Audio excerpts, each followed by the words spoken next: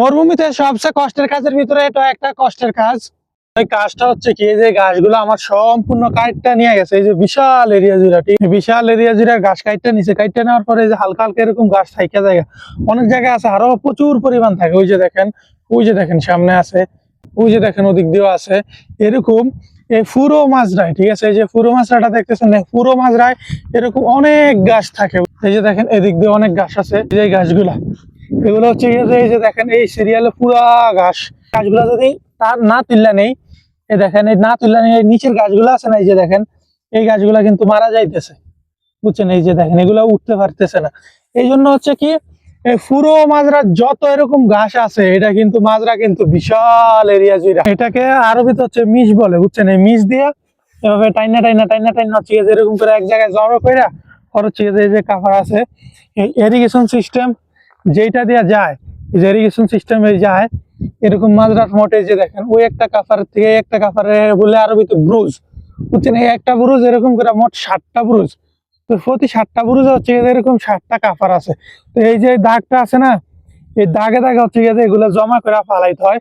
আর এইটা এই যে দেখতেছেন ওখান থেকে হচ্ছে আমার গেট, ওখান থেকে আমি শুরু করে হাইটা হাইটা হাইটা হাইটা পুরোটা হাইটা হাইটা আবার এই গেটের সামনে আসতে হচ্ছে আমার 2-3 ঘন্টা লাগবে। এরকম একটা ব্রুজে আমি হচ্ছে গিয়ে যে 2টা বা 4টা হচ্ছে গিয়ে যে ঘুরান দিই।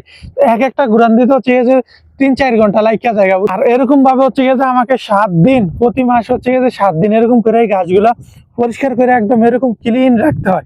এই যে দেখছেন ক্লিন থাকবো, তাহলে হচ্ছে যে এদিক দিয়ে ঘাস উঠতে যাবে। জায়গায় কিন্তু এরকম ঘাস ছিল, যখন ঘাস কাটিং হয়েছে, কাটিং হওয়ার পর কিন্তু এই যে এদিক দিয়ে ঘাস ছিল, এই জন্য দেখেন এদিক দিয়ে ঘাস অনেক ছোট উঠতেছে না। আর এদিক দিয়ে গাছ দেখেন হচ্ছে উঠতে গেছে, বুঝছেন? এই যে এটা দেখলেই বোঝা যায় কোন দিক দিয়ে গাছ ছিল। এই কাজটা ভাই আসলে অনেক কষ্টের কাজ। এই যে একা একা করতেছি। সকালে হচ্ছে গিয়ে যে আসলাম, সকালে আইসা এখন হচ্ছে গিয়ে যে দুপুর 12টা পর্যন্ত করবো। এরকম করে 1 সপ্তাহ করতে হয়। প্রতি মাসে যখন এরকম গাছ কাটিং হয় না, কাটিং হইলে হচ্ছে গিয়ে যে এই কাজটা করতে হয়। এই কাজ না করলে আসলে পরবর্তীতে সমস্যায় গাছ তাড়াতাড়ি মরে যাবে। আর এই যে গাছ দেখছেন না, এই গাছ কিন্তু একবার লাগাইলে, এই গাছগুলা কিন্তু বাংলাদেশের ঘাসের মতো না। এগুলো একবার লাগাইলে হচ্ছে গিয়ে আপনার 3 বছর 4 বছর পর্যন্ত, সর্বোচ্চ 4 বছর পর্যন্ত ফসল নেওয়া যায়। প্রতি বছর হচ্ছে গিয়ে 8 বার করে কাটিং দিব। গরমের সময় সবসময় 1 মাস পর পরে একদিন করে কাটিং দেওয়া হয়।